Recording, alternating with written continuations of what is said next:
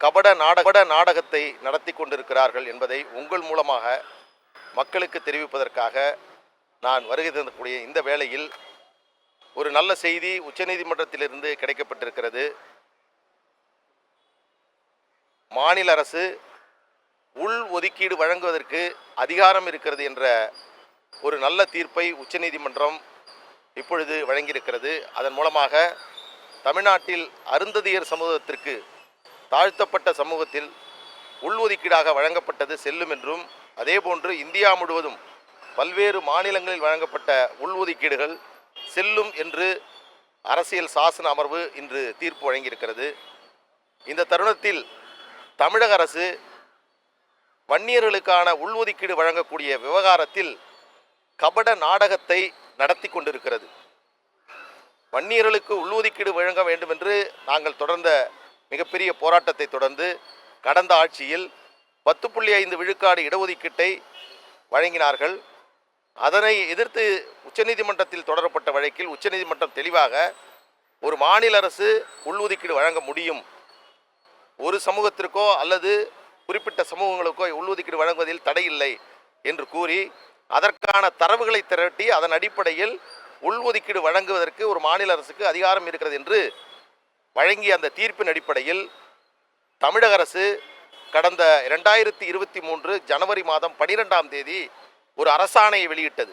அந்த அரசாணையின் மூலமாக தமிழ்நாடு பிற்படுத்தப்பட்ட ஆணையம் வன்னியர்களுக்கு உள்ஒதுக்கீடு வழங்குவதற்கான வழிமுறைகளை செய்வதற்கு உச்சநீதிமன்றம் 10.5 வழக்கில் பேரா 68 மற்றும் 73 கூறிய சரத்துகளின் அடிப்படையில் 3 மாதத்தில் தரவுகளை வழங்க வேண்டும் என்ற ஒரு அரசாணையை 23 ஜனவரி மாதம் தமிழக அரசால் பிறப்பிக்கப்பட்டது.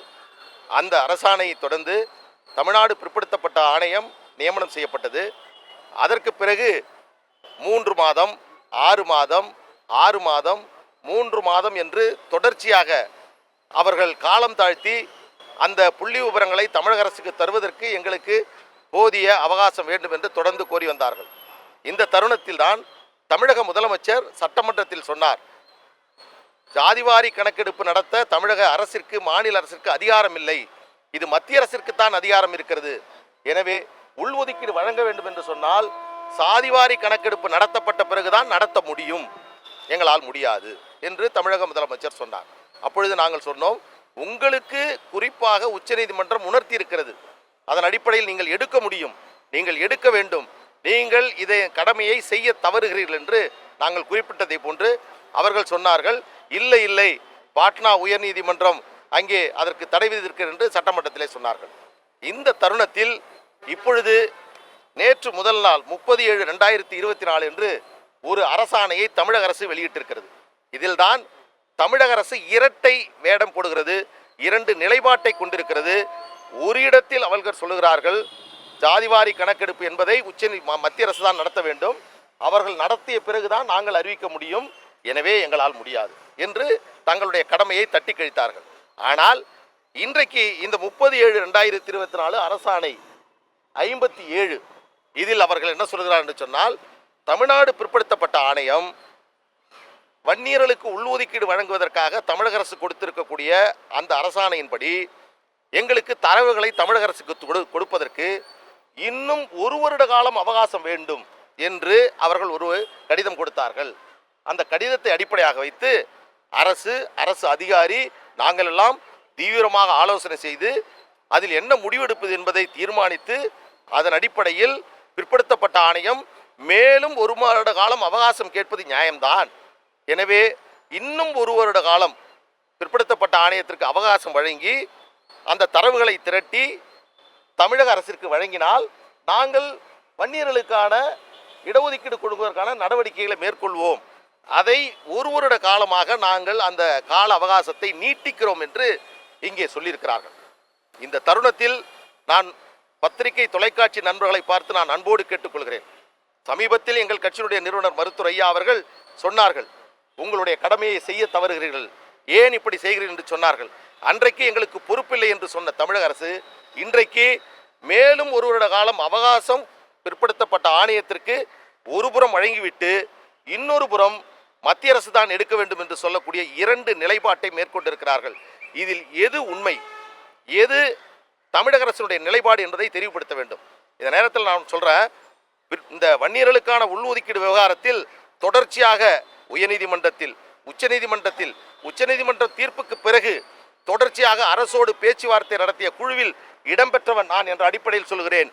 மிகப்பெரிய துரோகத்தை வன்னியர் சமுதாயத்திற்கு தமிழக முதலமைச்சரும் தமிழக அரசும் செய்து கொண்டிருக்கிறது. மிகப்பெரிய நம்பிக்கை மோசடியை செய்திருக்கிறார்கள். எங்களை நம்ப வைத்து தமிழக முதலமைச்சர் கழுத்தறுத்திருக்கிறார்.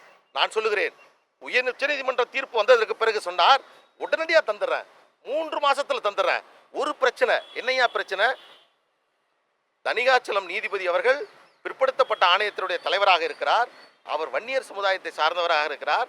அவரை வச்சுக்கிட்டே ஒரு ரெக்கமெண்டேஷனை கொடுத்தா நாளைக்கு கோர்ட் ஏதாவது சொல்லும், அதனால வேற ஒருத்தர் மாற்றி போட்டுரும் அப்படின்னு சொல்லும் பொழுது அவரை எப்படி மாற்றுவது என்ற பிரச்சனை ஏற்பட்ட போது அரசு அதிகாரிகள் நீதியரசர் தனியாச்சலமுடைய வீட்டிற்கு சென்றார்கள்.